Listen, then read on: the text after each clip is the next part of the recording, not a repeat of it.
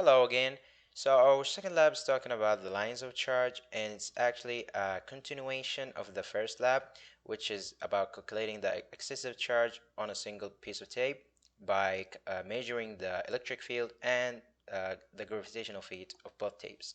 First of all, our object in this second lab is the same of the first lab, which is to find the amount of excessive charge on a single piece of tape.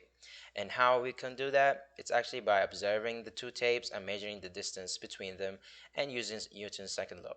The physics principles that we use in this lab, the first one is the charges of the same sign repel, otherwise attract, and the electric field formula for a point charge, and the Coulomb's law of the force between two charges, and Newton's second law and Newton's third law, and finally the electric field of the line charge using the integral for this formula. So in our experiment, after bringing another charge tape with the same charge tape nearby the old one, they got repelled. That means they have both the same sign. And to check the sign of each charge, we used the pen test, which is to rub the pen with the fur to gain the pen a negative charge, and got it nearby a single tape to find that the single tape is actually a negatively charged. We used one tape to be floating over the other so that the floating tape still or be in equilibrium position so that the F net is equal to 0, and now we can use Newton's second law. Something worth to mention is that we assumed both tapes have the same charge and the same amount, and there are only two forces acting in the floating tape, which is the gravitational force and electric force. So in order to get the correct amount of charge on the floating tape, we equalize the electric force with the gravitational force because the system is in equilibrium. This is our code for our model, and the charge that we use is actually 1.2, as previously mentioned, to the e to the negative 7. The old charge is actually the 1.8 to the negative 8, and this is the electric field function definition and the definition of the line charge that we use in our experiment.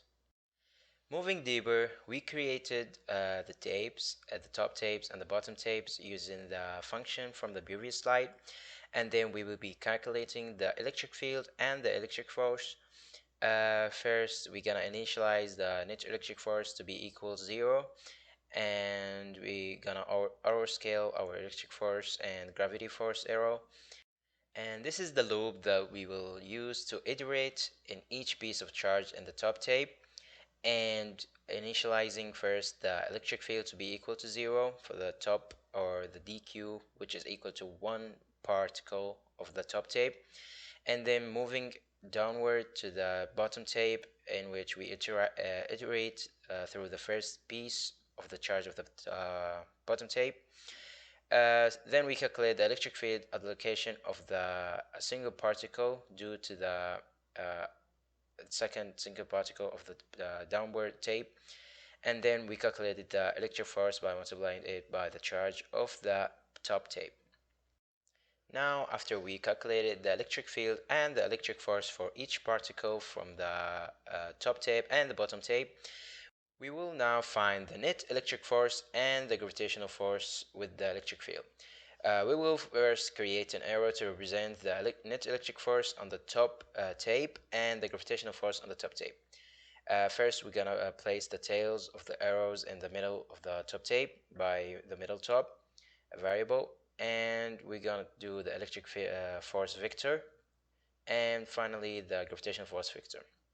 And we printed the magnitudes of the electric force and the gravitational force. So this is the model from the previous code, in which we equalize the electric force with the gravitational force to find out the amount of charge on a single tape. So in conclusion, the amount of excessive charge in each tape was found to be equal 1.2 e to the negative 7, which is different than the old value in the first lab. And why is that? It's because in this lab we use the line charge, which is more accurate than the point charge that we used in the first lab, and to get the excessive charge of the tape.